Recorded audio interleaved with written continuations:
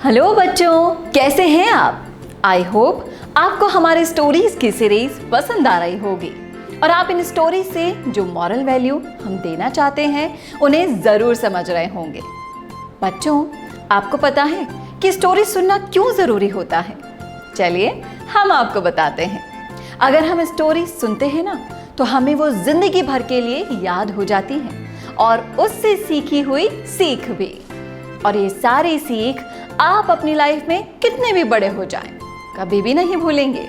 और इसीलिए हम आपके लिए लेकर आए हैं कुछ ऐसी कहानियां जो मजेदार और एंटरटेनिंग होने के साथ साथ मॉरल वैल्यूज भी देती हैं। आज भी हम आपको ऐसी ही मजेदार कहानी सुनाने जा रहे हैं जिसका नाम है खजाने की खोज।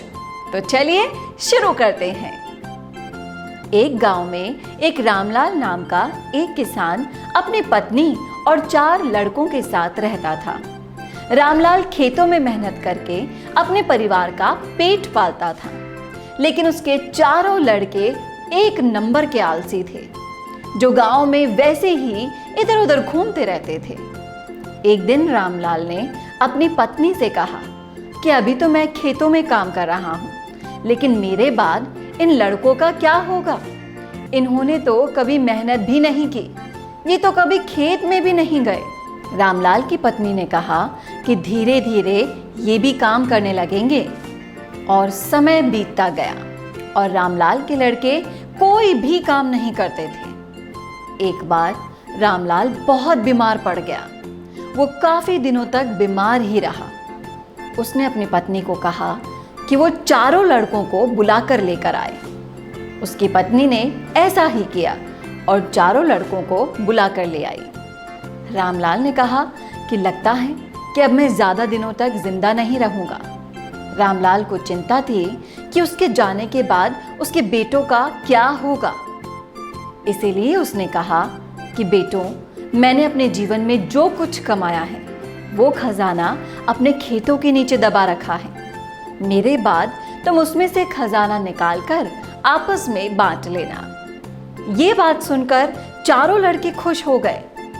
कुछ समय बाद रामलाल की मृत्यु हो गई। रामलाल की मृत्यु के कुछ दिनों बाद उसके लड़के खेत में दबा खजाना निकालने गए। उन्होंने सुबह से लेकर शाम तक सारा खेत खोद डाला, लेकिन उनको कोई भी खजाना नजर नहीं आया। लड़के घर आकर अपनी माँ से बोले, माँ, पिताजी ने हमसे झूठ बोला था, उस खेत में हमें तो कोई खजाना नहीं मिला।